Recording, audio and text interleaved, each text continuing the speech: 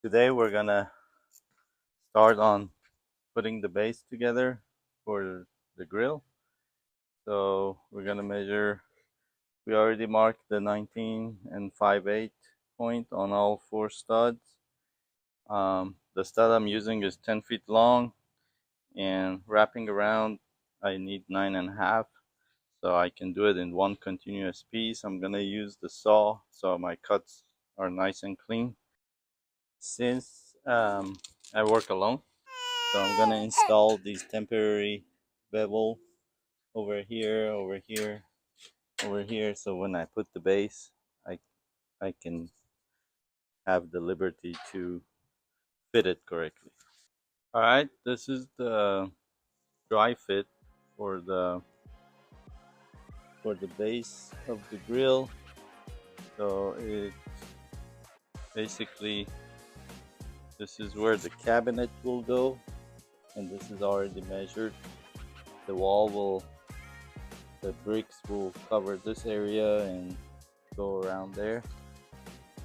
And this is what the open space beneath the grill. So the grill will sit about 10 inches above this, and this is where we're gonna have metal studs going all along, different ones, and the concrete blocks will sit here. I went ahead and put one screw on each corner.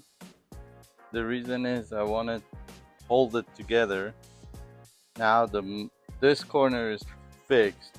My next important part is this front. I want to make sure this is locked in when I come back with this contraption put together.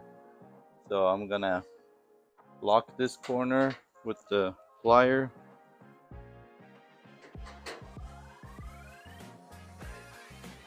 and put my second screw.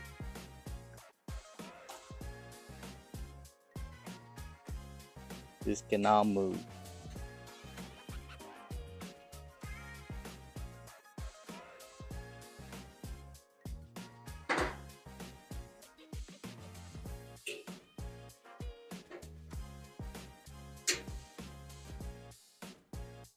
And last, we put the second screw on these two to avoid any mix-up. Somewhere over here, I'm gonna write up this way. I know this is the top, and our next phase is to put in the gas line. It's gonna go start over there and end up in there. My gas line was burned to a crisp during the fire, so I know probably the pipes and everything are okay, but I don't want to take any chances. So we're gonna have a 3 foot. I wanted a 2, but the closest they had was a 30. They're gonna be joined with a T. Then there's gonna nipple that's gonna go in, then the valve, and then a 36-inch gas line that goes to the grill, and it comes with a safety valve in case there's a break in the line, it will not start leaking. And then on this end, we'll have a 90, followed by I selected a 1 foot nipple to go here, to kind of give it some elevation. A new valve on top of that, and this one we'll put a 24-inch with the safety valve, and that will go to the side burner for the grill. So in order to get the pipe ready to go in the main already has a 90-degree connector. We want to make sure this is clean. This is a specific Teflon, blue Teflon or blue tape, also comes in yellow. I'm gonna put a little bit of it. You want to put it in the direction you're gonna be screwing it in, so it's righty tighty, so I don't want it to come off when I'm trying to put it on. Then the main thing is this pipe thread. This always, remember, this goes on the male, never on the female. It's not the same as the ones used for PVC pipe and all that. And we just get some on there. This is ready to go in. Hand tight, and then bring the tool and put some muscle. If you have any doubts, hire a plumber. Don't take a chance.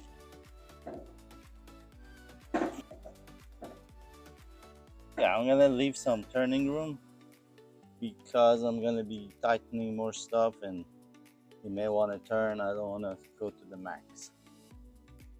So for this job, you always have to think ahead. You can't just put something together and say God bless.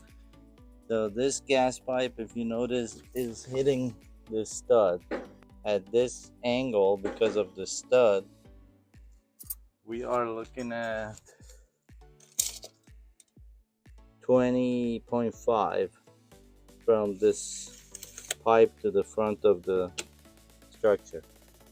The cabinet I bought needs a minimum of 20.5 for the doors to fit.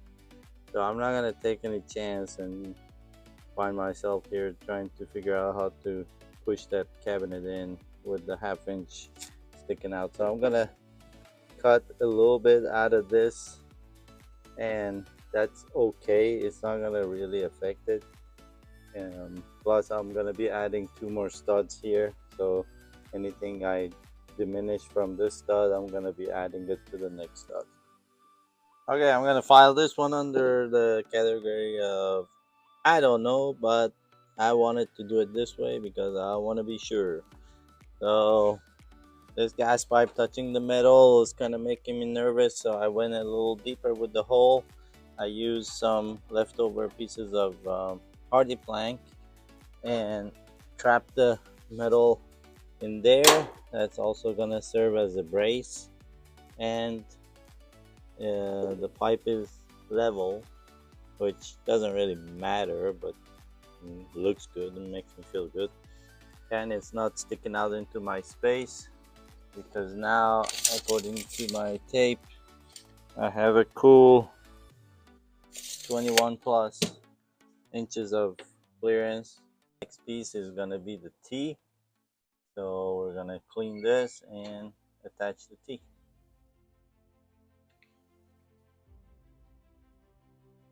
Put a little bit of the blue tape, following the direction I'm gonna be threading. A good amount of the goop or the blue monster. Kept my tea in the wrap so it doesn't get dirty.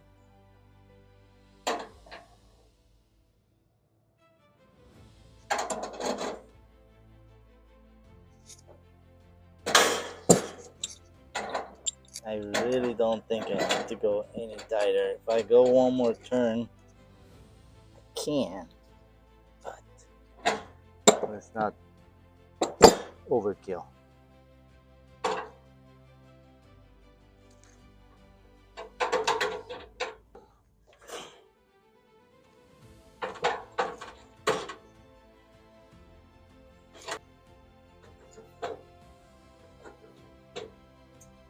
Okay, I'm gonna go ahead and get this nipple tight in there, and I bought one that was at least a couple of inches. I don't have to fight the thing. Now the valve, I'm gonna put it this way because when I open it, I want it to point up. That's just me. And when it's closed, I know it's closed. And when I open it, I'm like, okay, yeah, gas is flowing in this direction. Because I can also put it this way, but this is how I'm gonna put it. For the valve, I used this tool, the crescent wrench, because it's not as harsh as the other one. It's brass, it will crack, so don't overdo it. Okay, so the gas line is in. The only thing left is the yellow pipe that's up to the appliance. That I'll put that when I'm ready to hook it up.